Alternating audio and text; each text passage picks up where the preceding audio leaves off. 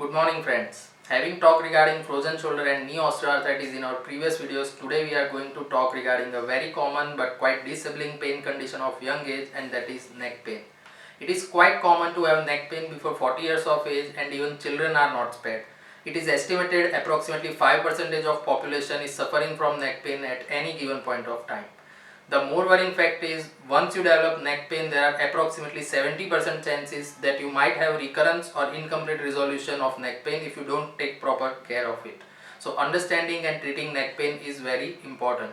Typically, neck pain starts as sudden onset severe pain restricted to one side and back of your neck after night sleep or hectic day at work. And due to the pain, patients are not able to move their head even slightly, and they tend to adopt stiff posture.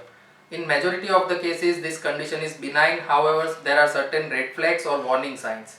If you develop neck pain after injury, or you have central, that is midline neck pain, or your pain radiates to one or both upper limbs along with tingling, numbness or hand grip weakness, you must consult your doctor at the earliest.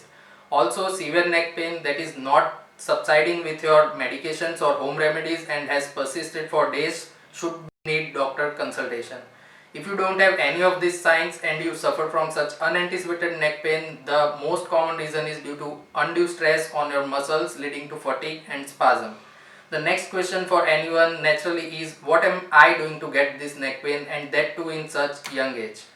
To understand it, you must realize that out of 24 hours in a day, our two-thirds of day is constituted by sleep and work. And when you don't take proper care of your neck while sleeping or at work, it is bound to give you neck pain. Adding to the misery, nowadays remaining time of an individual is spent on mobile, television or screen. So technically you are loading your muscles all throughout the day. First, let's talk about the most neglected part, and that is sleep habits. It is of utmost importance in any sleeping position to maintain your head and neck in line with your body. To start with, for individuals lying on their back, thin pillow and adequate neck support as shown here should suffice. And for people with tendency to sleep on side, relatively thicker pillows so as to avoid your neck bending and head dropping is appropriate. Sleeping on your stomach with your neck twisted is very common habit and should be avoided, especially if you suffer from frequent episodes of neck pain.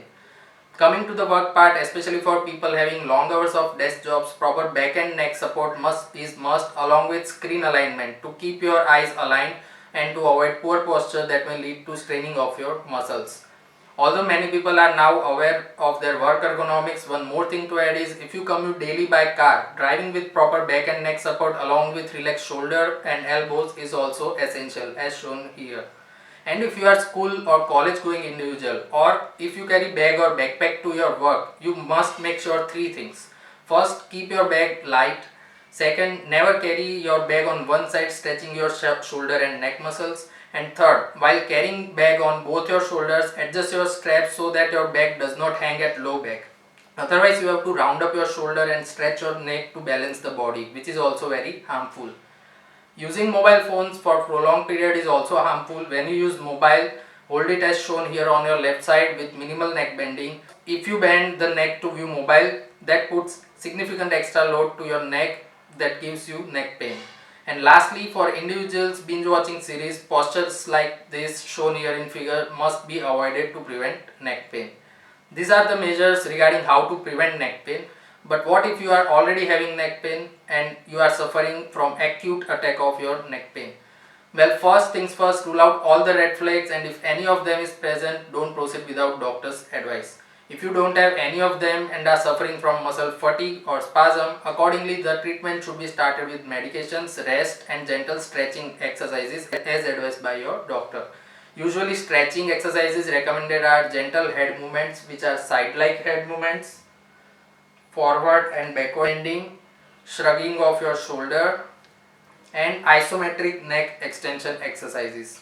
Although it can be quite painful, gentle stretching helps the blood flow in your muscles and helps it heal faster. Most patients recover from such acute episodes completely within 2 weeks with these simple measures only. However, more important thing is not to just stop there, because it was the problematic muscle or group of muscles which had led you to neck pain, and unless you make it strong, you are bound to have recurrences. So the next phase is strengthening or rhythm exercises. for the affected muscles or muscle groups, which must be performed for few months in order to get rid of your neck pain completely.